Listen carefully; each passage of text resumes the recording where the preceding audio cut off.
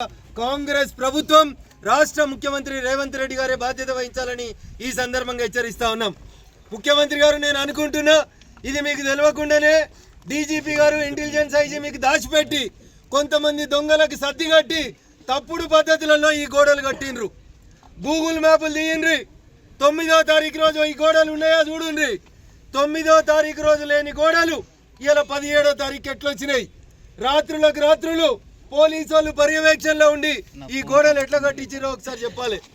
9వ తారీఖు రోజు ఉన్నటువంటి భూమి పరిస్థితిని తిరిగి పునరుద్ధరించకపోతే తప్పకుండా చట్టాన్ని చేతుల్లోకి తీసుకుంటాం.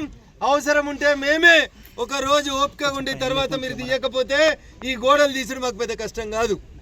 అయ్యా, ప్రైవేట్ వ్యక్తులు ఎవరైతే ప్రభుత్వాన్ని మేనేజ్ చేసి పట్టాలు తెచ్చుకున్నారో ఈ 85 ఎకరాల బిలా దాఖలు భూములు వెలిమెల తాండాకు సంబంధించి, శంకర్పల్లి మండలం కొండకల్ తాండాకు సంబంధించి గిరిజనులు పేద రైతులు సాగు చేసుకుంటున్న భూములకి ఇచ్చిన దొంగ పట్టాలన్నింటినీ కూడా రద్దు చేయాలి.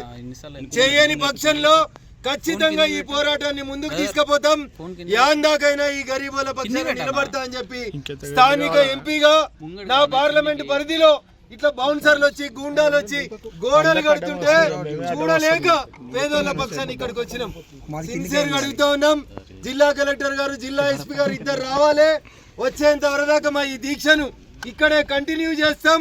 ఖచ్చితంగా అవసరమైతే వంట వార్పు చేస్తాం. ఎన్ని రోజులైనా ఉంటాం.